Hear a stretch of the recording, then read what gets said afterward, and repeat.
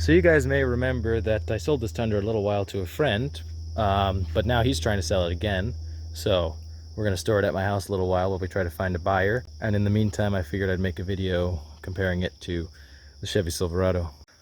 So I admit that this title is clickbait, and there are many examples of Toyota cars that are better than Chevy cars. And I know that there's going to be a ton of Toyota fanboys who come to this video, click dislike without watching anything, and then go saunter off with their life and cry to Scotty Kilmer.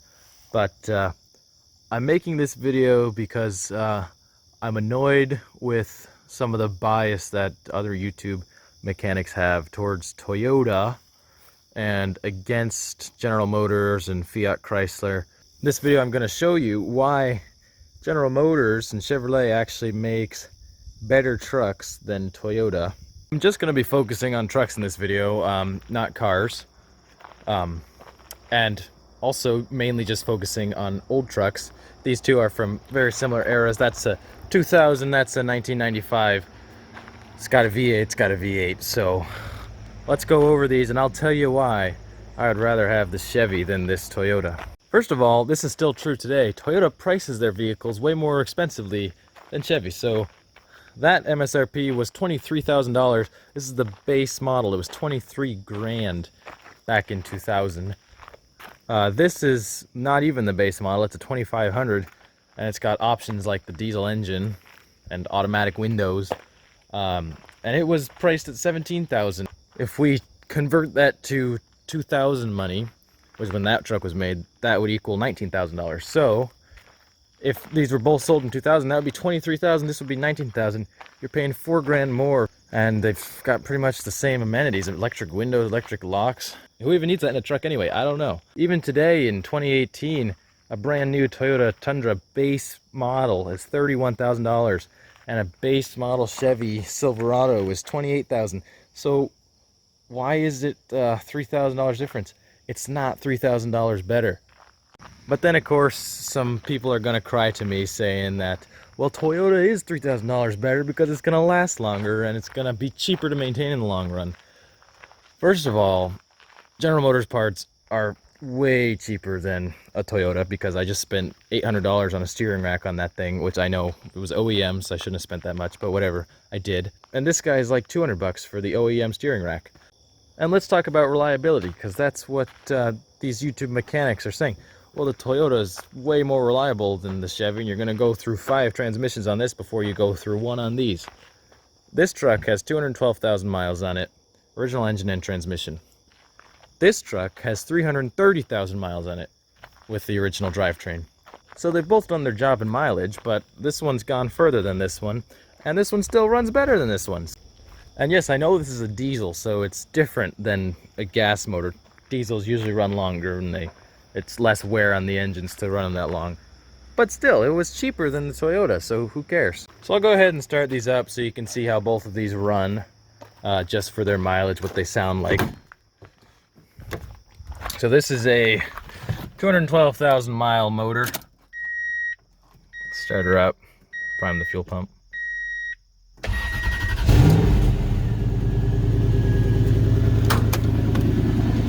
Okay, so the first thing you can hear is it has an exhaust manifold leak. Second thing you can hear is it has a power steering whine. You can hear the catalytic converter is pretty bogged up down there.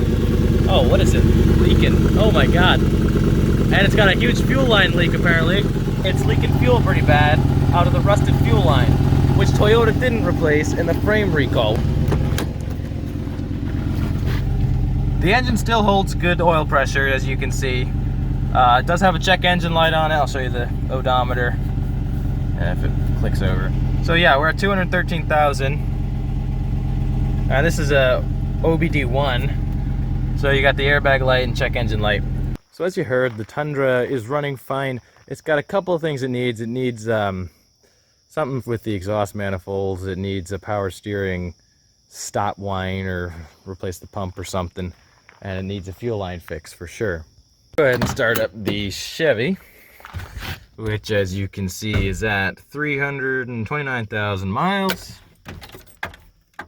We'll just let the glow plug cycle. Fired right up. Got the aftermarket radio in here. Bit of a rattle from the turbo housing, but other than that, it runs great. Check the blow by.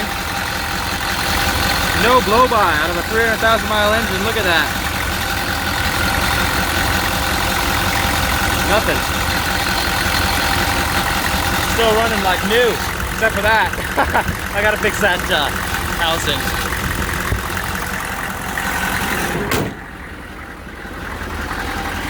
No blue smoke out of the exhaust over here.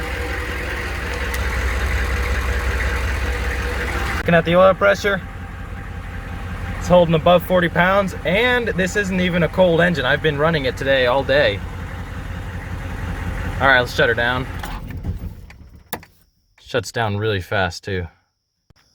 So another thing that Chevy did a little better than Toyota, and I really mean a little better. It's really not much better than Toyota, but it was rust preventions. So if you take a look at this Tundra, this has all just been metal taped over.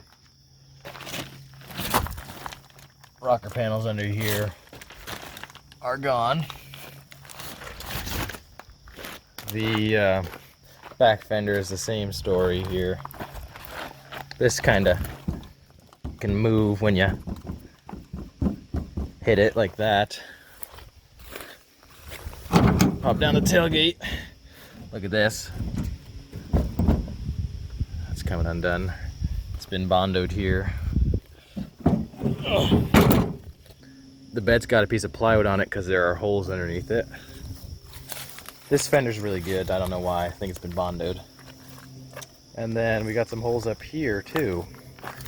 Go back there. And of course we all know about the frame recall, which this truck had done to it.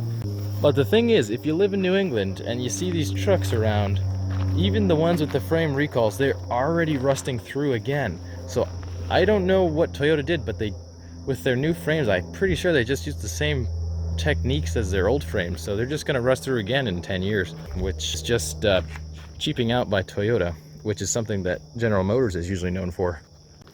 So of course, the Chevys from the 90s were also not good at rust prevention.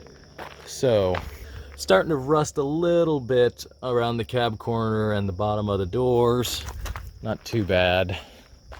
We get to the other side. So again, we got the same rust spot there, and just the bottom of the door back there starting to get a little crusty. The frame on this truck is super good. But anyway, even if you're a Toyota guy, you got to admit, Toyota is not good at rust proofing. Another thing that bugs me is Toyota, for some reason, put a timing belt in these trucks, so they got to be changed every 100,000 miles or 90,000 miles or whatever, and that's a $2,000 job. Or if you find a good mechanic, maybe you can get it done for 1,200 bucks, but it's expensive. Nowadays they have the chain, luckily. They also do these weird designs on these Toyotas where the starter is buried in the middle of the engine. I've replaced the starter on this guy. You can see my YouTube video on that.